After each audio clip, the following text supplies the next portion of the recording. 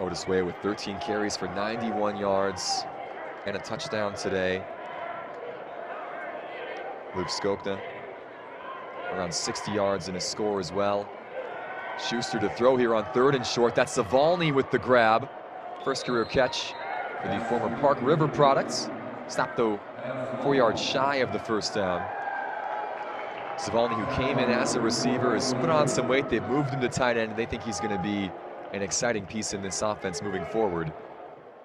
A good season. They were already 0-2, and then all of a sudden the spark happened in that second half, and that was a great comeback by North Dakota and just a terrific game overall.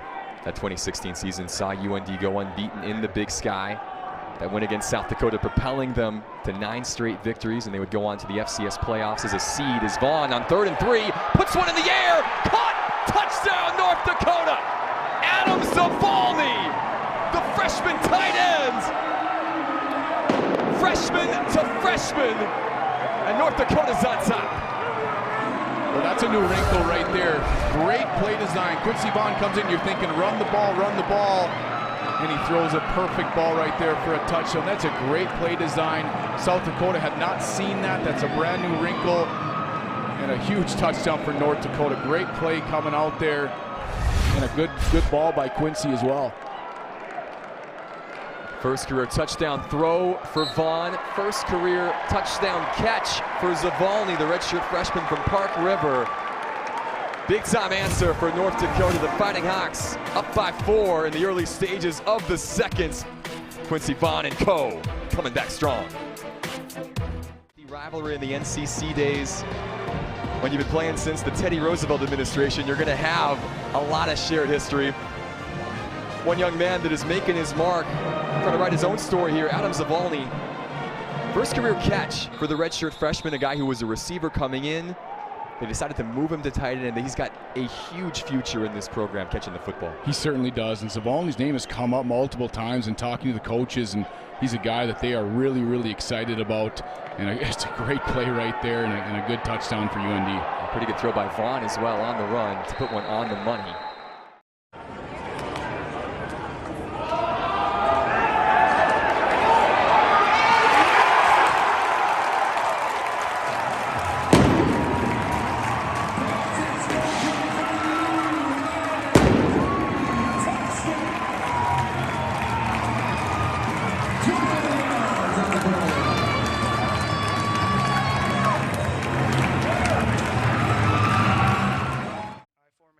For the Fighting Hawks.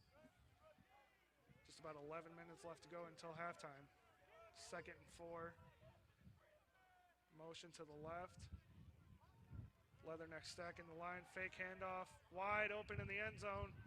Diving catch in the end zone for a Fighting Hawks touchdown. And we see frustration from Hunter Mason on the play. It looks like he was supposed to cover him and lost his footing. Left him wide open in the end zone.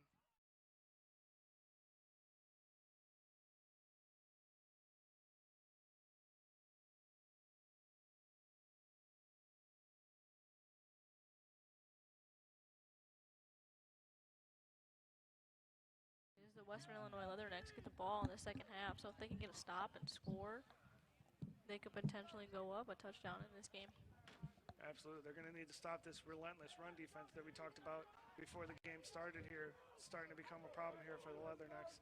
If it's not a pass, it's a run, and they're pretty much moving down the field as much as they want. Some pressure looks like maybe coming here from the Leathernecks. They will bring some nice block there, short. Nice block, get through. Maybe stepped out of bounds there, brought down. Another big gain there for the Fighting Hawks. They move the chains once again. Bryce Cross on the stop once again. After the 2 early penalties, starting to make a name for himself here with some stops on defense. See the short pass here. Gets away from 2 defenders, some nice blocking there. Just tripped up by his own man and the other Leatherneck here that brought him out of bounds. Leathernecks hoping to hold him to at least a field goal here. We get to about 3 minutes left in the second quarter. Swings it to the right, wide open and into the end zone for another Fighting Hawk touchdown. Pass complete to Zavalney. nobody to beat. Just gets him in for another touchdown. Make this a 2-possession game once again. Leathernecks will have just over 3 minutes to have an answer before halftime. Adam stage on for the point after. Kate Peterson to hold.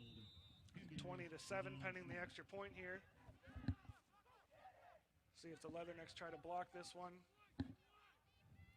or if the Fighting Hawks would make this a 14-point game once again. Kick is up and through. Fighting Hawks lead 21-7 with 3 minutes and 4 seconds leading before halftime. Leathernecks are going to have to answer quickly here on offense. See what Connor Sampson and this offense has in store for this North Dakota defense when we come back right here on ESPN+. But UND again, 3rd and long, position they have not been in a lot this season. And again, they'll empty the formation. 5 receivers in the formation here for North Dakota. Bison coming, Schuster across the middle, it's complete, and a first down as the catch is made by Dalton Gee out of the backfield, up to the 39. Or, excuse me, that is Zavalney, the tight end, that makes the reception, excuse me. Let's pause for a quick word from the Bank of North Dakota. 1st and 10 from the 48. Pitch and catch. Across the 50 down to the 48-yard line. The rare catch for not a touchdown there for Adam. This guy has 6 now catches on the year, leads the team with 3 touchdown receptions. Still very productive pickup. You want to stay ahead of the chains. What do I mean by that? Don't get in long situations. 2nd and 5.5 here. It's easy to call plays that way, Matt. Yeah, Adam Zavalney, 6'4", 215, redshirt freshman out of Park River, 6th catch of the year, comes off the field after picking up 4 on the play. Ozanama get called for the pass interference penalty before, but make no mistake, these guys aren't stiffs in that middle linebacker group. Vaughn again, the end around back to Schuster, and a wide open Garrett Mogg.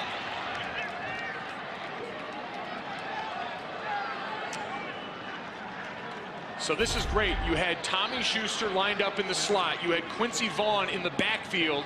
You've got the double lateral pass. Bubba Schweiger, understanding the importance. We talk about the middle 8. Winning this time right now, a chance to score before the half. That was Adam Zavalney on the reception. Give him the credit. My mistake there, not Mogg. It is Zavalney, and the entire playbook, as you said, Mike, is wide open. 1st and goal. 2nd trick play we've seen this possession. And the give to Weah, and Otis Weah muscles his way in. Touchdown, North Dakota. What an answer, what a drive, all set up by the penalty on the punt. And the Fighting Hawks take advantage. Jumped off sides to JMU on the punt. North Dakota runs 2 trick plays, and because of it, they cut the lead 17-13, an extra point away. I mean, untouched until that point, and then it's all the toughness. And we go and make good. Every game he has had a carry in, he has had a touchdown, and Otis Weah knows getting towards that line. Didn't extend the ball too much, didn't put it at risk, just muscled his way through. 10 plays, 91 yards. And you talk about the enormity of what that did and that penalty. And Otis Weah, the star for North Dakota, up the gut, effort, now a 3-point game. And you see, you had a shift before the play. Watch 12 go in motion right here. Starts to go one way, fakes back the other. So now the defense has had a shift. They've got this motion after a trick play. And all of this creates enough just to get the defense to stop and think for a second, Matt. We know on offense, the minute you can get the defenders to think the way you have, you got their heads spinning on that drive. That's why Otis Weah had nothing but daylight straight up the middle. You had the wide receiver screen and lateral that came back. Skokna, the big play there. That was 2 plays prior. Then a couple of plays later, Quincy Vaughn, the backup quarterback, an end around, tossed it back to Schuster. He ended up finding Zavalney, the tight end. And here's the play I was just talking about a second ago. The end around here, Mogg gets it back to Schuster. Schuster to Zavalney, took a big hit. But those were 2 big trick plays that kept the drive alive. And now we're 17-14 with 1:40 left in the half.